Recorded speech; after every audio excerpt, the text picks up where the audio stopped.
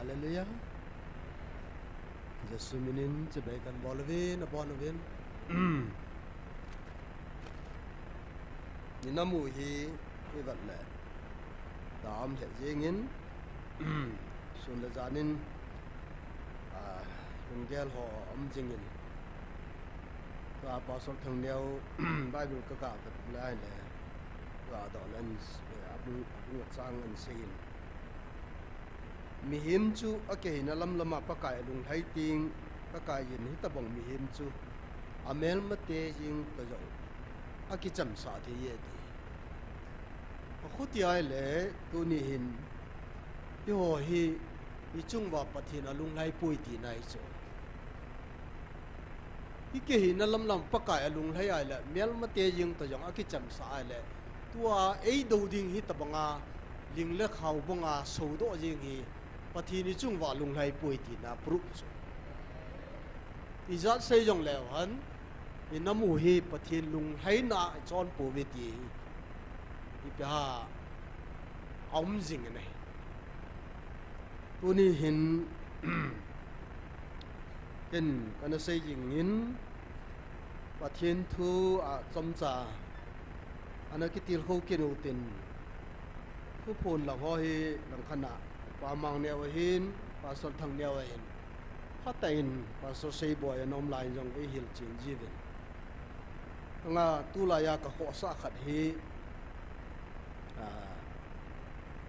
Panila ano ding wa pha ka sa pha in sein ko tin. Hebrai bung ni chang thum na hi. Kan sin do no min.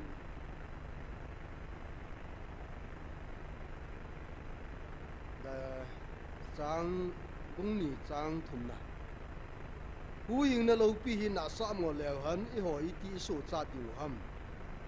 hi chi hu ying na hi ama sa pa kai ka ma se a zo hon I ho dinga a phu da hi pathinin pathe bo pi han la chi thu hi chom cha na ke hu li mo te a chi sa pathin toi lut ma sangin 31st January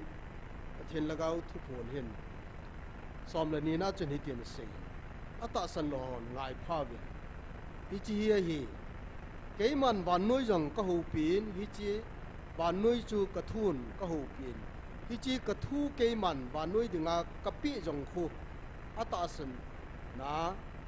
ke ma ei kisana ei kisan ata san ho ading bo hi ei ta san lo ho ei kisan lo hon ke ma hu hing na chang thei pu bin a he ti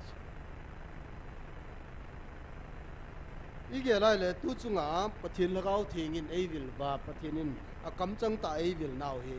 Bible to kitu mo khat sam lo achi sa ma vanui dinga athu pi ho le tu nya I ho dinga athu pi tha ho ding le Christian jo sia dinga pathin ma ho dinga hi ta hi achi khom sa ngai lu na nei ta hung vil hi akidang mongin iza sei jong le han pathin thil bol hi head pha jo ai pun mua mu do jo hoi ai pun tu dai hi pathini nei pui da no alam dangin I hon la pathini tai tom jing ben I vanai le tu ni a hi yin ka ni la thil so ho tun jong san kai thil la jing kain aki pan ki ta ven jan la yong nas ta ka tu ai le hi so hi pizia incident no mam ni ta le pathinin ka ko na hi ngai vin na ti nai chu ai le ki se ai le loi khanin WhatsApp la thil tam pian se yin tun jong ga la ki chai tai na ti vin ga le la ki pan na lai ha ti amo na se vin izan in hil chenu tin izan in se yong lew han I hoi ki dai lo wa le ki doi di hi I chon nam la ho jo se pathin toi ka ui su chem lo wa pathin ni bel lo wa le hi chi hi tu na hi gal thu se dau ta ka ti I ho ki su chin ma sau te I din mu nu hi a ki che tiang le pathinin lo pi ta thil la bol no mai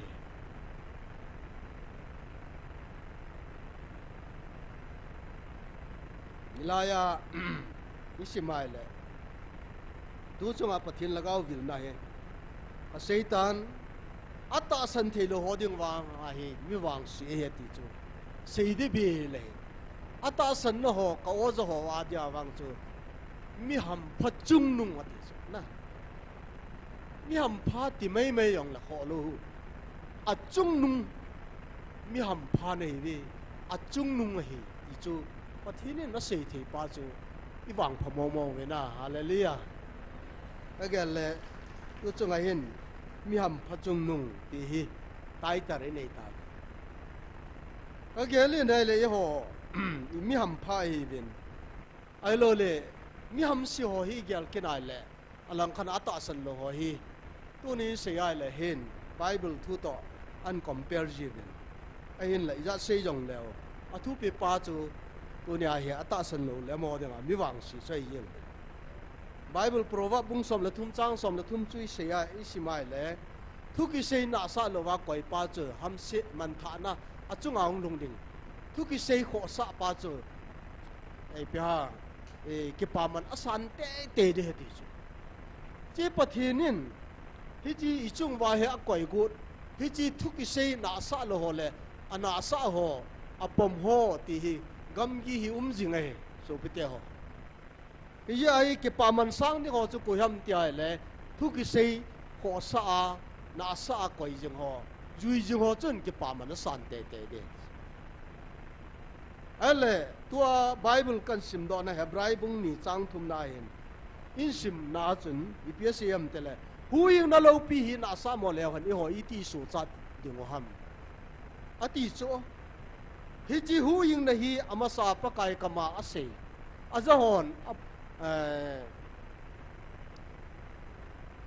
azahon i ho dinga aphu dat a hi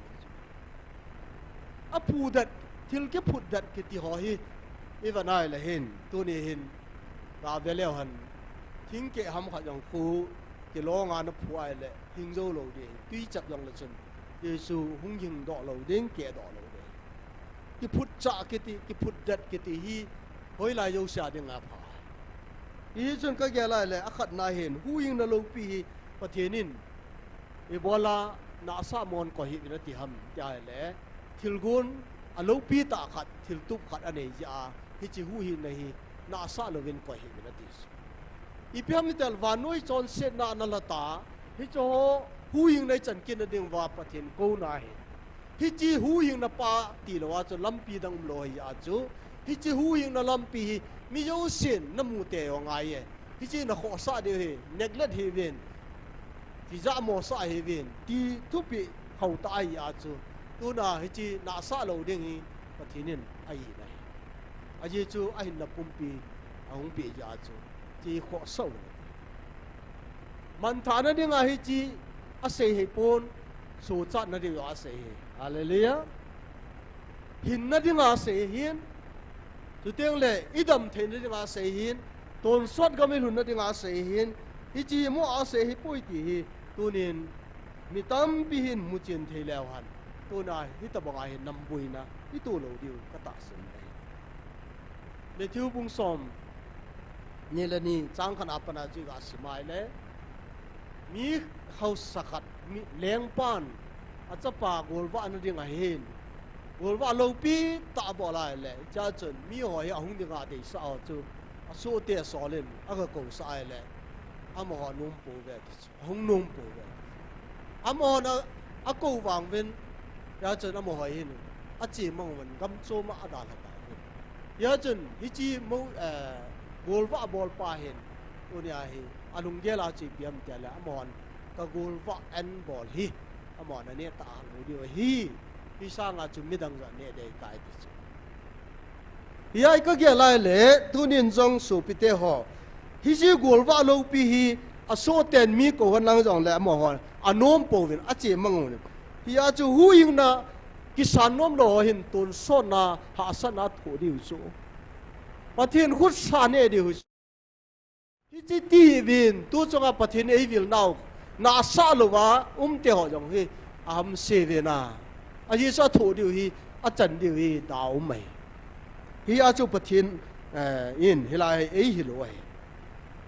a thum na hin ka se nom chu hi chi hu hing na hi ama sa pa kai kama a se a za ho ni ho ding a phu da de ti chu hu hing na kiti hi I ho kewin I het wa hi pon I za wa hi pon mi masa na chi masa mi thing chi masa hon jong Adam Abraham te ho chu teng le Gideon te ho Samson te ho teng le Joshua te ho Jephthah te ho adang da hon jong hi chi gospel ai lo le mi thing Old Testament khang ngai hon jong hi chi hi ana zau chu pathian thang wa man na I ho keu hi pu vi so pi te ho New Testament khanga Palestine ka ma pakai Yesu ma ta in mi chon so lat dinga ai na pum pi hong tu la hong pi la ya yang chu mi tam pin ata san rehi sol cha te hon Pentecost ne ajang mi sang thum walen Yesu Krista hu ing na ane even baptisma chang ve nei hallelujah ka ngai to le achi ma sa mi thiang te hon jong hi chi gospel ki pa na thu pa hu hing na hi anaza ven I hoding in a put that ve nei a khu ti ale hi chi zo wa hi poi ata ta he ti hi tu ni ai hi a vela pathini I vil wa e ko naw hi tu na I za lo wa le chi da om hi ding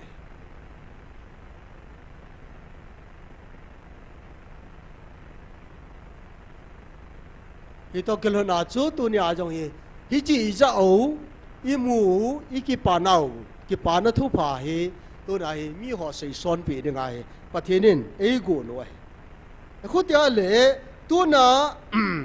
pakai akila na mu ho le I hon jong pakai hung kila na awo I za u ta kela chu hi chi ata sana mu chin ho chun tun sot hin na anei di wa hi tun sot hin na ne hoi tai wana naminu ki akiji lut tai ki ho chu tu na iza ke lo wa ata tai lun di hi tu nya hi ta sanu ngai ai le hi che banga hin tu chunga inam pum pi ven thakau vil na ho pi na hi tu nen iza lo wai le te sa thu pun taring ngania chu mars a chi pi se yam tai le som gup la thum na chun in siming ka tin nyaw khat ga lang ka tin o Israel nangman na hu ying pu na kisan pon ahin tunin nang khela lagawa cha ti a nam khat katung do tai hi chi thu chang hi ata san lo ho hu hing na lo pi tai na sa mo bol hon hi chi ogin ya za di wa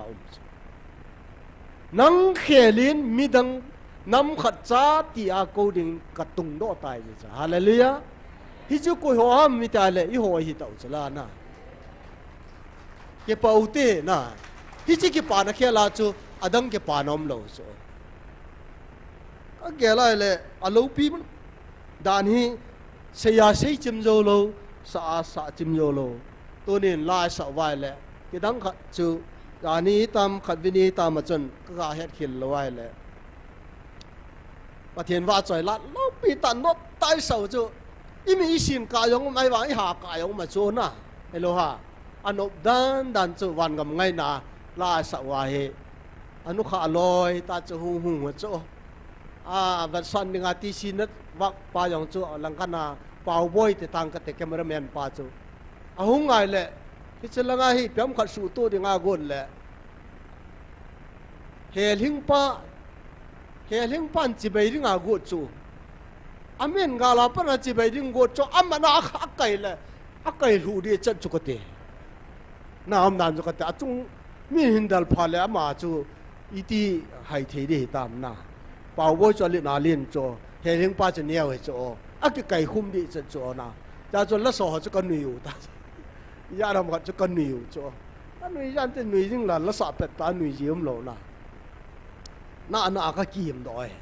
he hing pan akai chu lu di cha de ada akai mi pon tho ma yang na la ngai ki khan teng yong la ahung ama ni hin mi hoi chi beng bo te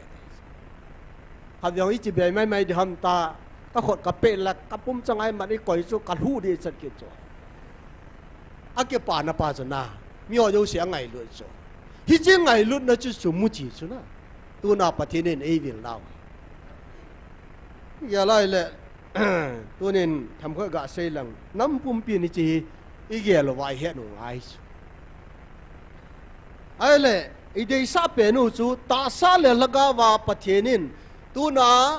na so cha the ne ding wen tia pathian ei ko na bo cho ikiza mo sa wang wa na hi chi a purpose ai hi chi atu pe re athil gon lo pi ta chu pathian hi chi hu hing nei e wa le ai le ken ku la ya ka wa le ting le hin ka wat chu chapang hi yong le pasal gol lang hi yong le mi pa yong le mi nu hi yong le tu na ama khula pathian thu ki sei pi pun hu hing na nei na dem na aping tha na dem ama la phar khat le thiding ai na ki ho hisab ka bol ji so ka ngai to ji le in la pathian thu ki sei pi thei lo ai wa nga ama chu khat ve ikimel muwa ai lo le tai ga ki tu pi ai le ama chu chi ki ta ki nu mu ki ta lo mi ta ma tam chu na 2000 in karbi ang long sama kem hakat kem mun limun nga ka ga bol ven ai le cha chu manja ka zon vai manja apana ka che wa long nit min khomin ho jong chu amela mel si te basamali ki te ho thekere zon ki te ho asam ga ma karbi te kho ho ka zo pa ven la chun KCC ho bung khat naw men pung lin gieding ka ti vai le mò chỉ in họ mà hiện cái họ chú có gì điều chú, apa sa bia sẽ hiện, ai chú in chèn hạ sa hiện na, giá chân cái họ nhung bung lia cái bát này, tiếng gọi các cái lão va, các cái bát kia va, azan zan này, lâm cái gió nó hiện, zan bung som đặc hạt makaya in, gang zang các cái nuôi, cái chất thấy ta lâu rồi, bấm sắc cái na riêng, riêng in rằng keng cái đầm dâu tập đã cho là khát các cái vài tham lại vào chứ các xe nôm chỉ biam tai lệ, hí chi bát sâm mali khua ấy mi khua hí chứ, hay là KCC apu associate biam hậu bung cả xe in cái tên in li in ngaham khát cheng chứ, chấp bằng họ chứ các vật này là cả lung xe chứ, số bị tiêu họ, phát hiện thua cái xe biển ở đêm, hay là program cái mang thay pon, cái họ là chỉ cái tang chỉ bay cũng cái lệ cái rồi làm mọi Kurset kem a ball thay na di vem ti hoi kalungam so na kalung senten boy dam sel wen pathian na heaven ta ka chi be ka da ai le amo ana ki to mo vin tunin sei lang organization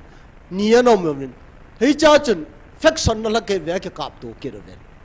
kem ma chun kem para mi izanam khan hong zaw vin mi sagi lang hong zaw vin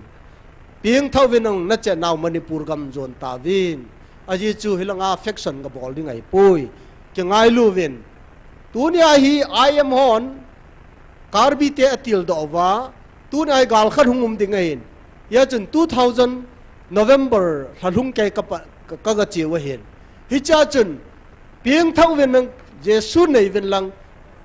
na gam wa hung ta ven ka ga ti chu ya organization hola chu ka te na nam se pe ho ja chu ai le cha chu ka sei chu ai le pi ya ka sem thilum dan he ka ai le prediction ka ti chu ka te to ai le ga lum te ding e lung se ten hi chi hi thiam ngau wang kai pui thiloi ka su nai le thil hung boi ding hen karbi hung boi ding ka mo e ai chu I am hon texan dong ta ven karbi te atingu atil do ven na sa tan thil ho a bol hi ka ve nai le gal hung ding ai je chun ching lai ha bol ve lang kum khat kum ni ha bol ve lang Mizoram ka thei poi Manipur ka thei poi hoi lai jong le hung po do ta ven ta advice ka bol chu pathen lo pin rang ka ti e na 23 a chu October a karbi te to hung kita ka lun na pa upa pu yang chu alola tan pi chu nasata na hung thivin tampi karbiang longa i hung thivin elaya person no pau ngai lunum ta amonu le atu te ne yong in to ahal tha de ne kalai nan chi songa chen ka kap ne ne ka se na ngai le o tu na shet di he ka ti thiam gau kai poi wa nga thilum dan ka mu cho pathin e he sa ka ti lo di sula 20 November a thu ka se ya 23 October al hu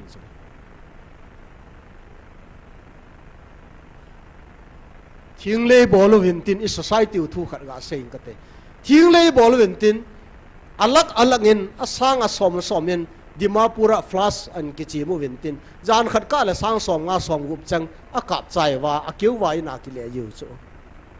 iso pi ho ga ting cái thế là nga ho khu thiêng lê bỏ wa building a sau chu i ho chun flash ka na ki chai chu zula sa hotel abuk mo wa anup nu mau mo chu anh dậu yong le tu ayong karbi ang long a cheng on na dậu le ka si thâu thâu e kyo nung a chun faction o chu ambu sa bolvin mi za nam khat a ki kap khakin o chu sayin rong mi tha chu ita wa chu gam kamo zu ji wa lampi yong lo wa ta chu a sun na jana ta chu ka chi we kho la kho ki ka chu mel som ni som thum chu mi chang lo chu gam mang la ka zo ji a sam gam chu tunin so bete ho innamu hi tu jana hi sa mai le idin mum ki he so igen the na ileng vai na ka sabe se ti wa tu a thildang sanga ka ni ai chu kin so na ho wang wedding thu pi wang wedding tham khat khana prowa message la ne le go hi kin ta ho loi chal ding go a le bui tham khat khana ung ho do chu pathin phat the bu ya hiya chu tu ne hin hu yin na kiti jong le thagau le ta sa jong isu cha the ning wa hin pathin thil khana go nge so pite ho pathin thil go ni atu pi pen chi pem tele ta sa laga wai su cha na di dam na di so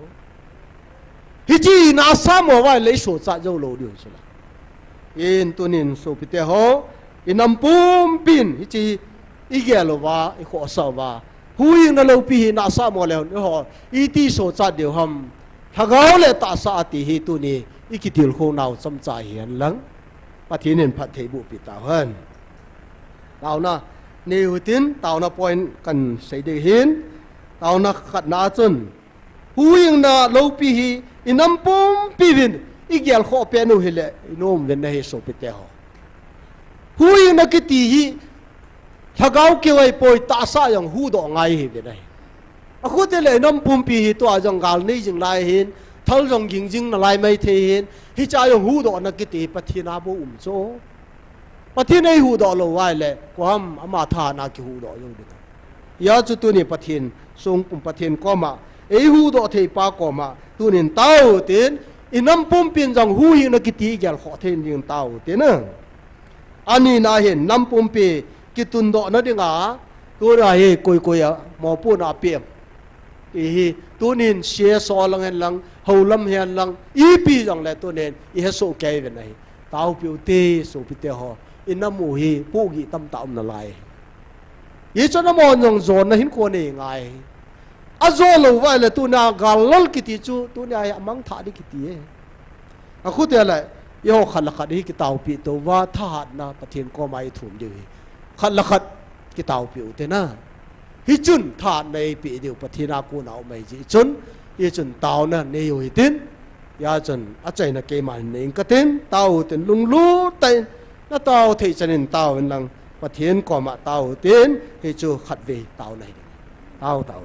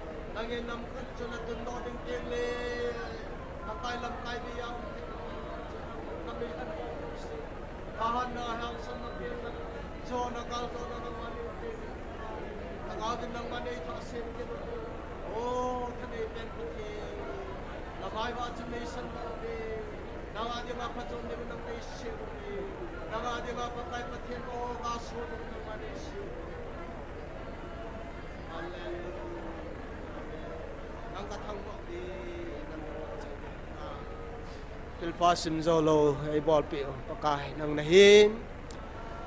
hallelujah amen nang kathang wa be aje chu hi pang lo ma lung sen nahi paka koi yin ai pi thi diu ham nang ti lovin pakai ngai lun na hita ba ngai lun na pakai pathin nei pi lo wa le koi ma chadangin ngai lun na ei vil diu jong leishin pon te he jong le nang in nei ngai lo ven na lung sen na nei ko jing ji na kom ki pa thu ka se ve he pa ka na mo hin huing na hi kho sa the ding in nang in athan nang ma nei vil leo chon kanom vi ne a ye chu nang in nei vil wa nei um pin ho ta san lo jong alung ko no hon pin ta ka ta we pa nang ma o za the lo tam ta ka su pi ho me ne ye chun chi mel man na to ji alung ta naw hi su be ya ma pakai nang malama san then de hung ki le thei ding in nang nei ko lut pi ven ti an hallelujah amen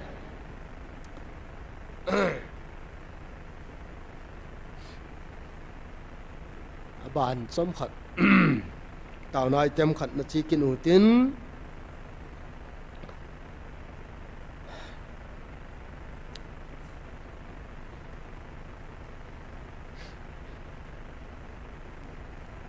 achi sa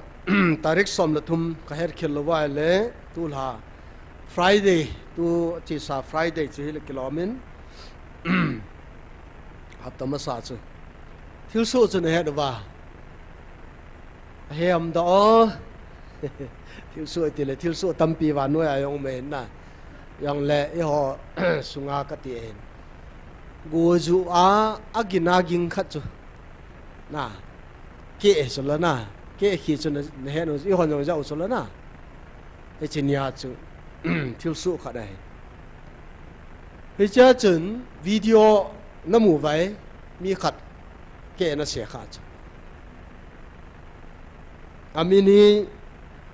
nem hoi chong ai greenwood ai lai ai greenwood a kai class seat sim lai ji video ang kilha ka ga vanai le sok kai chu a pen chu na kula thi na ta chu ka ha vat ta lo chu chi chun kalunga jing jan pung som lakhan makai baro lang tan tin lai ai ka to khom lai chi chu kalunga ya chu ka vat nai le kanung chi hin pung khat makai langa se kalunga ging ging jing mai loi khan ka to khom pion ke na se oi a hin khu kila lo hian ti chu thi te te de he ti chu he chi chun a kalung thi mi restless he ta a chu pung nia hi lumna chu kyang chi kalung thi mam jing ja chu taw na ka nei chu pathian ka thangwa chu na beli longa taw na ka nei pi chu pakai a hin khoi hu te te a thia le mei dil chi ding sei pung katin akun na aum na jong chu allocation na he ne chapang kum som la kum li he lunga chapang ai ki chun na tongen Saturday hong hin abana Sunday ni a visit ga boarding ale Saturday ni zan langa chun district hospital am tai ti chu ka ga amu ja men na Sunday ni a ka chi gut ta chu ka ga che lai lai a ka iki khop chai wa ka chi go la gu ni hen de ka khu jing dan tan Monday ni a visit ka ga bol he so pite ho mi tam tam ven alo nei pa nyong sum tam pi na siang ven city scan ho ang na la ven a ho lim ven cham khat jo ven ken phat ka lai taw na neu te ka tin tam pi thu ka se ka ni bol phat dai pui pathin he do ngai inam hi pathin lung nat na am hi chi chapang hi thil dang dang a sum lo sa ve sukul kai hi lo ham iti ham ta a kai lo lam ka do lo pi chi chapang ka ti su ai la ma chu thuang ai yin a thi ai le hoya chi ding hi he su ke ho chu na ye chon pathin heu tin hit ta bang bol ngai lo ho bol lo dia ta na sata ka se ya na nau chu alu achunga ka khot ka ngama pa kai ka taw na san jin thita lo de nga he pathin ka thangwa so na to yong dam na pe de ngai sumla pa sen ho jong nangin lampi go ahin na khut na ka website ta taw na ka dia phata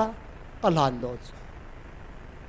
pathin lung sin in janin phone ka bolai normal ai tan en no ne thei tai ti hallelujah itaw chi ding ka ta san he so na lungu uthim na lung thimo to kha de so adama hin na mu ding chu ka de koi ma cho mai pon alang khana ka do wala apan jong ke ne het chu kon san ka hidan nan chu ka balden chu pathin nang ka thang ve ka ta ki pa thu ka si ya chu jan la phana jong visit ding in ko win ya chen pathinin kidang ten chi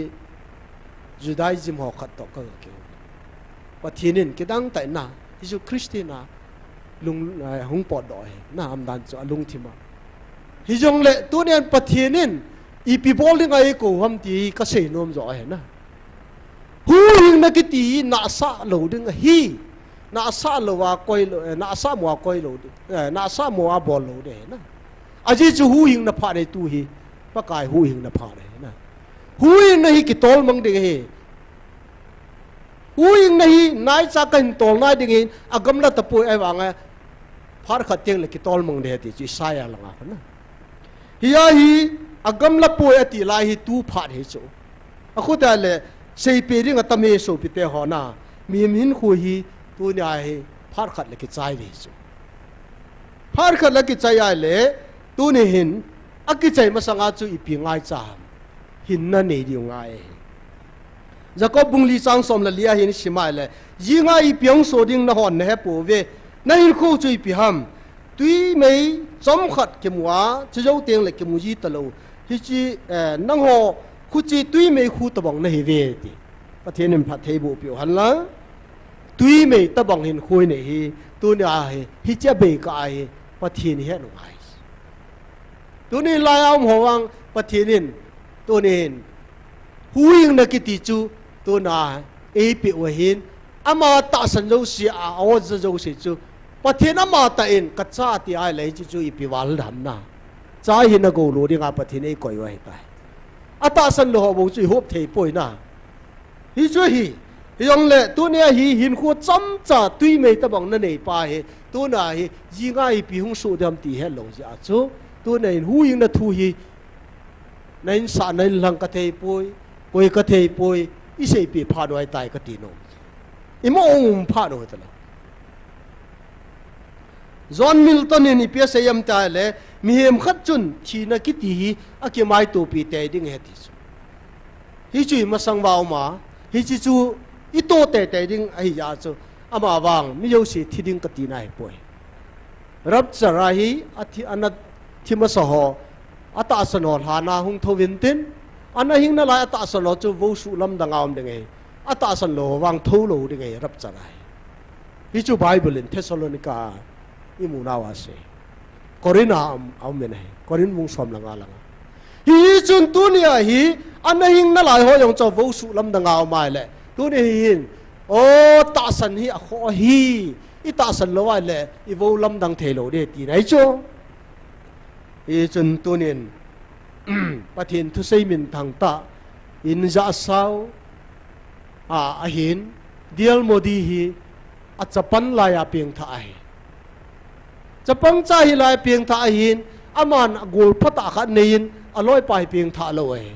agol pa ja Jesu ki pomen ta sanin ta an zol zol le asang nom pon leisin nom na aloi pan adei sa zo in som khat a che mang tan aloi pa hi ang dam mon ta sa dam mon an nei pha nen ipi thu so am agol pa ji no en modi a kovin dial modi na gol pa dam moi pathin thung sei pin pina zol ne aman jo aza zain a chin a ko ma pathin thu sei pi deng go nai la aloi pan avai ge be se tai ti ata san the ta lo se wa chu phat chom kha jo a thi tunin phat kile ka ki ti hi au me nei ye chun kana sei ma san na chun thil zo sian phat khat ane ye ane su ke ye hi chi phat kile ka hi thu pu lung be ka hi ai lo le pathin ei ko naw a be ka hi tu ne in kho hi ge lo ten inam pom pi ni chi hi het su ke wa hu hing na hi kho sa nei nei teung le inamu hi thagau le ta sai idam ding we hi chu tu ni ai phat chom cha ikitil kho naw hi han na pathin in phat thei bu ta tuin tàu na khát ne yo tin ne ding va hen la na de han wa la khat bia sau tin a tu ni la sau lấy tàu lấy kit sai ding ai yeng na sot pi hin sei pung ka tin ta he pathin ko ma thang wa na tàu na ho nei wa kitil kho wa pathin wa chai la sa de tu nin tàu nó cái khen lo le lang ho yang kho ti bia sa mi tam lo yang la kho lo đừng u tê Giêsu mình đừng u tên bắt thiên va chạy là sao tên là không bồ lòn lá nó đây khăn hồn lăng vô khăn về lá gã sầu yang sẽ phải na yam khát tia in sung lăng disturb tiếng ai lệ sound chu control thì khăn ai bỏ hỏi hát âm lại gì ăn cái gì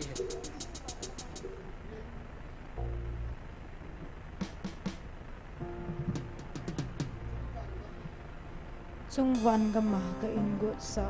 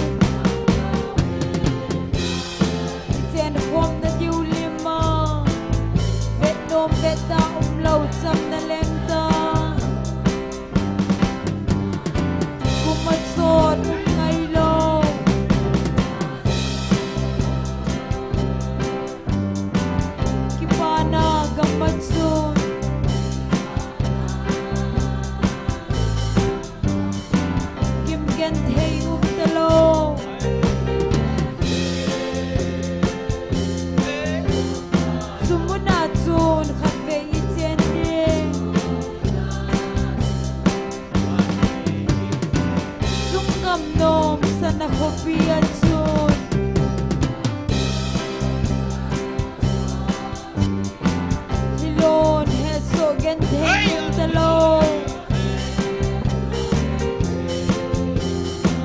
Kipana la sa singding Solenan beso tading Nunum singding tunggam inom ajun Kumasod ngaylo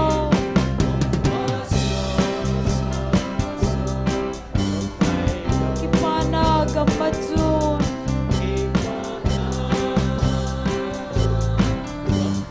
Kimgen theyum talo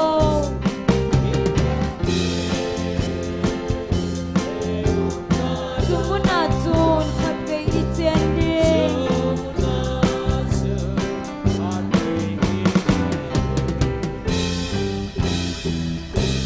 Hallelujah. Idin jing diu ha Jesu menena ding jing u te o ding jung tin point in saying katin taona ene diu hin Upa mang nevin house khana ene he to ne ai sei bangin hu hing na he kho he so bite ho hagau mang thai ding atami ni nam sung ba phat ki khel ka he to ne ai thina lam zo no ko ong kile ki then ding in pathin ko ma apin than ding tau pu ti I tau nau pathinin na sata na to ji na hagau mang ding in tau na mu hilong in tau pu ti tua boi nei to ya zong zong tau be hi zong le inam pum pin I bi ti le bang a he ha san nei to ham yal dong ki ya lo tin na pathin ka to hi bi ji ham I he so ke na ve hi zong le pa kai ko ma ki pe lu ki ta ti I ka se no ma na he tunin ei mo ho mo no hi lo amo ho na bol khilu I ho thim mo a bol he pathinin le thu nan ti I na lo ho amo ho bol zo si I ho hi a se do ho pathin a be pa o me na he min la lo la ai lo le van noi le sin aman anop nop a bola a til bol zo si hi so ke han ti lo pan a bon cha mu har khat ting le hum ti le tho tho de ji a to na chung ba ga ne tali nama ti wa noi pumpi boi no ho yong gyal da oti so bite ho IPGI chi ham pathini na to ding to gon na ne hin te inamu pathina tun nom ja thil ho jong su yong nai theng te ni hemi na ke thei pui pathina ma to gon he aman bo he yi chun Donald Trump jong alung gi me tau pi ute ei pan pi de wa pathin ei pi o he akhuti ai le tu ni ai ama in hitabong na to na hi panoi pum pin ama do dinga hung ki pat ho hi pathin a su mi thein ai ta pi su bon chan idin munin tau ten Upa mang ne ben chan e tau pan ta hallelujah amen